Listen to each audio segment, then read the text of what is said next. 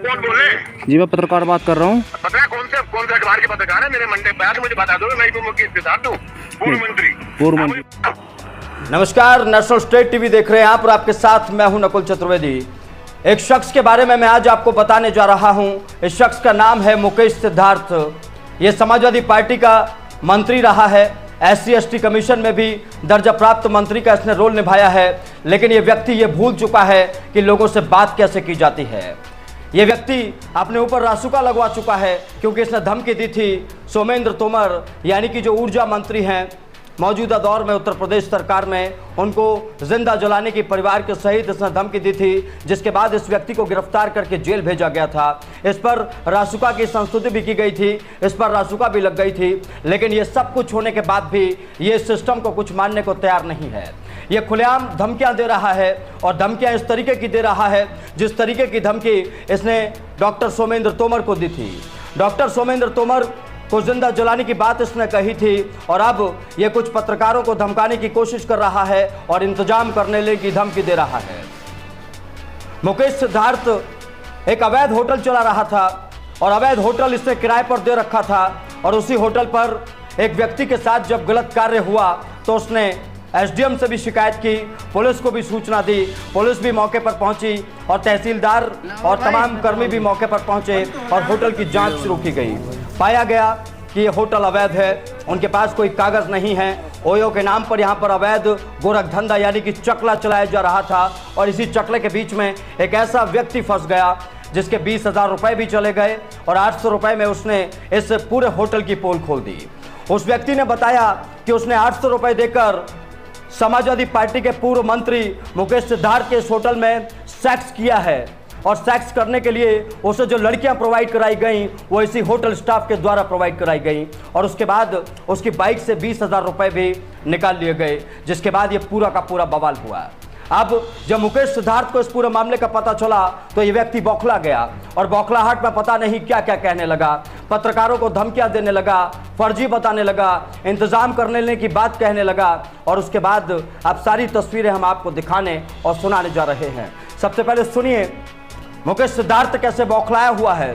ये फ़ोन पर बात कर रहा है क्योंकि ये बाहर था और उसके बाद फ़ोन पर इतनी तेज़ी से चीख रहा है कि इसकी आवाज़ ही क्लियर नहीं आ पा रही है और आप सुनेंगे समझेंगे तो आपको पता चलेगा कि ये वही व्यक्ति है जिसने डॉक्टर सोमेंद्र तोमर को धमकी दी थी जिंदा जलाने की। ये वही व्यक्ति है जिस पर रासुका लग चुकी है। आइए सुनते हैं ज़रा। आप कौन बोल रहे हैं? जी मैं पत्रकार बात कर रहा हूँ। पता है कौन से अखबार के पत्रकार है? मेरे मंडे बैठ मुझे बता दो। मैं तो मुकेश सिद्धार्थ हूँ, पूर्व मंत्री। हाँ जी, क्या बोल रहा हूँ? हेलो, आप कहाँ के कौन से अखबार के पत्रकार है मुझे? अरे आप आ जाइए यहीं पे। तो मैं दूर हूँ ना। अच्छा जो नहीं मैं मिल लूंगा। तो तुम बताओ, तुम पत्रकार कौन है? आप नहीं, आपको ये बताइए। नहीं तुम पत्रकार हो, बताओ। नहीं, आपकी जो भाषा है इस तरीके से बता देंगे हम। जब तो हम इनके भैया आप मेरी बात समझे। अधिकारी पुलिस आई थी और अधिकारी उनके बाद आए हम। अरे तुम्हारे करता हूँ, ठीक है। पहुंचाऊंगा मैं भी।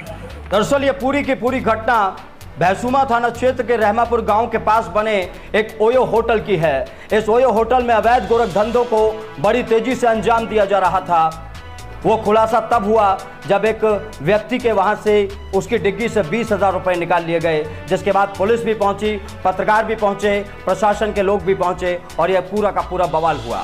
तमाम अखबारों ने इस खबर को जगह दी है और ये बताया है कि कैसे ओयो की आड़ में अवैध गोरखधंधा वहां पर चल रहा था। क्या नाम है आपका? कहाँ के निवासी हो आप? क्या मामला था आपका पूरा? मामला तो मैं घूमने आया था इधर, एक चौकीदार खड़ा था इनका बाहर है। कहाँ पर घूमने आए थे आप? हम रोड रहमापुर। हाँ जी, होटल में सामने लिख रहा था घर का मुझे होता वो बोला आजा कुछ काम करा मैं कर लूँगा। उसने मेरा काम करवाया 800 के लिए। 800 रुपये लिए? हाँ लड़की बनवाने के। हाँ जी, मेरी बाइक का भेज दो। हाँ 20,000 रुपये बाइक के कागज और 20,000। आगे निकल गए। तो आपने कहीं थाने में रिपोर्ट नहीं दी? कल कहाँ पर दी थी? भैंसुमा थाने। भैंसुमा थाने? हाँ जी। तो भैंसुमा थाने से कोई कार्रवाई नहीं हुई आपकी? कोई क्या कार्रवाई हुई? पुलिस आई अच्छा, और वीडियो दिखाई नहीं। कोई जांच नहीं करी गई पुलिस? जांच नहीं हुई, कोई जांच नहीं कोई हुई। जांच नहीं। खैर पे लिए थे अंदर आप? 800 रुपये। लड़की आपको अंदर से अवेलेबल कराई गई? हाँ जी। होटल वालों ने खुद बुलवाई महिला? समाजवादी पार्टी की सरकार में मंत्री रह चुका मुकेश सिद्धार्थ का जो रुआब है वो अपने दिमाग में इस तरीके से खुमार में चढ़ा चुका है कि वो किसी को कुछ नहीं समझ रहा है। उसे लग रहा है कि उसके होटल पर कार्रवाई क्यों हो गई। आज मैं इस कार्यक्रम के जरिए उससे ये 3 सवाल पूछने जा रहा हूं, जिन 3 सवालों के जवाब मुकेश सिद्धार्थ को भी देने होंगे और प्रशासन को भी देने होंगे। सबसे पहला सवाल, होटल में लड़कियां प्रोवाइड कैसे कराई जा रही थी। दूसरा सवाल, क्या उसे पूर्व मंत्री अगर वो है तो क्या वो किसी को भी धमकी देगा। तीसरा सवाल, क्या ये होटल अवैध नहीं चल रहा था, और अगर अवैध नहीं चल रहा था तो इस पर ताला क्यों जोड़ा गया है। ये तमाम सवाल हैं जिन सवालों के जवाब पुलिस प्रशासन को भी देने हैं और मुकेश सिद्धार्थ को भी सोचना है। और एक बार मैं फिर बता दे रहा हूं मुकेश सिद्धार्थ जैसे नेताओं को कि सुधर जाइए, समाजवादी पार्टी की गुंडई का खुमार उतार लीजिए, क्योंकि अब अखिलेश यादव भी सुधर चुके हैं। अखिलेश यादव ने भी गुंडों को पार्टी से बाहर निकालना शुरू कर दिया है। और मुकेश सिद्धार्थ को एक बात और अपने जहन में रखनी होगी कि योगी आदित्यनाथ की सरकार इस प्रदेश में है, और जब योगी का बुलडोजर चलेगा तो ना तो मुकेश सिद्धार्थ बचेगा, ना इसकी पूरी सल्तनत बचेगी। रासुका पहले लगी चुकी है, अब पता नहीं कौन सा इंतजाम अपने लिए मुकेश सिद्धार्थ करवाने जा रहे हैं। फिलहाल मेरे साथ इस खबर में इतना ही। आप बने रहिए नेशनल स्टेट टीवी के साथ।